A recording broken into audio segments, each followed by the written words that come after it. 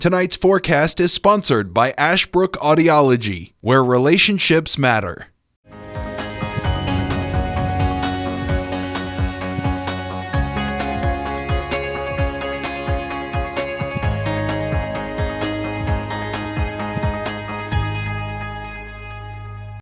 Happy Monday to you, and thank you for spending part of your day with us on the Neighborhood Network. I am Dustin Staples. Of course, as most of us are aware, there was a very, very busy weekend for especially out towards our neighboring states, and we're going to take a look at some of these reports coming to you. Of course, as you know, Kentucky, Mayfield, Kentucky in particular, got hit very, very hard. I want to begin to talk to you about this. By the way, this is now going as one of the longest duration storm event, as you see here, beating the old record of 1925 of the tri-state quad tornado. This is now a quad state tornado. Obviously, it went through 4 different states: Tennessee, Arkansas, Missouri, and Kentucky. Even parts of northwestern Illinois is getting the impact of it. But again, most of this is where most of these tornado warnings were issued all through, again, Monette, Arkansas, all the way through Missouri, Mayfield, Kentucky in particular. We're going to show you some of that video footage coming up later this week. I was able to get my hands on some of this from the National Weather Service. And again, the storm complex has continued to persist. And again, this is thanks to the National Weather Service Storm Prediction Center. And again, thank you to ATX Harrison Trey for creating this graphic here. But just incredible scenery of what you see here, something we do not see here in America history. So far, this is going down as one of the devastating events so far this century, at least to say, of course, beating the old record of the tri-state tornado of 1925. And by the way, this storm was estimated to be about 250 miles long.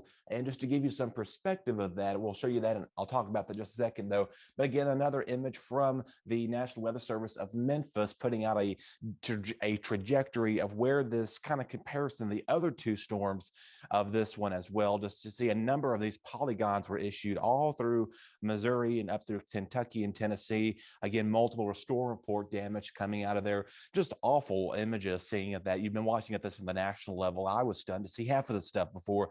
And again, most of these storm reports is an EF3 damage, letting you know that's winds of 130 to 165 miles per hour. They're even saying that it could be even higher in some parts of where these tornado touch down. So once again, the National Weather Service is going to continue to persist and make sure they give you the correct information about this as well. So again, something we do not ever see in America's history.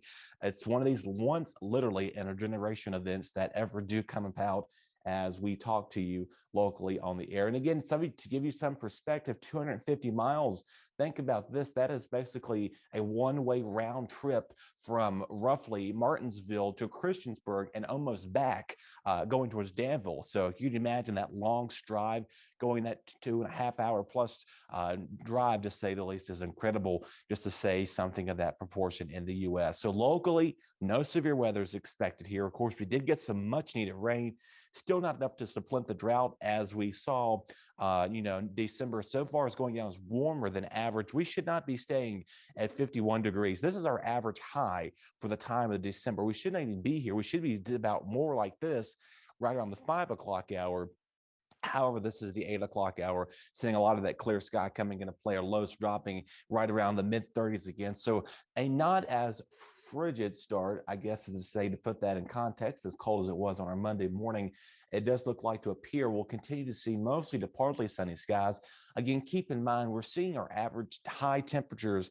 This is what you would typically see in late March and early April. So we're not even near average, as we're going to continue to remain warmer than we should be for this time of the year. So once those warm weather fans, I hope you enjoy, because as we'll see mostly sunny skies tomorrow, and we're going to also continue to see another warming stretch in the coming days. So once again, we'll kind of cool down a little bit on our Wednesday. We'll quickly dip down to 56 with a mix of sun and clouds. Our overnight lows will start to increase again as we head towards coming up on Thursday. We'll see increasing clouds near 70 on Friday with a high of 70 there with a low of 54. We do begin to see increasing cloud cover. We're going to keep you updated on the parades for Ridgeway, letting you know what the decision is made. Obviously, because of severe weather this past weekend, it was canceled. And again, it does look like a better chance chance of rain is expected to come into late Friday and going into much of your Saturday. So we're going to see how this plays out over the next few days or so. But once again,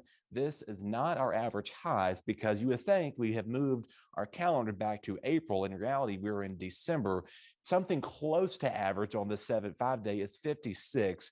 Like I said, the average high is 51. So we are now going down as so far the warmest stretch of weather in December, going down as the top 10 warmest already. And again, it looks like to continue those strains of 70s. Stick around. We're going to have a lot more BTW21 programming coming up in just a few minutes. Meanwhile, we appreciate your company, and visit BTW21.com for all of our breaking news and live feeds when we do post.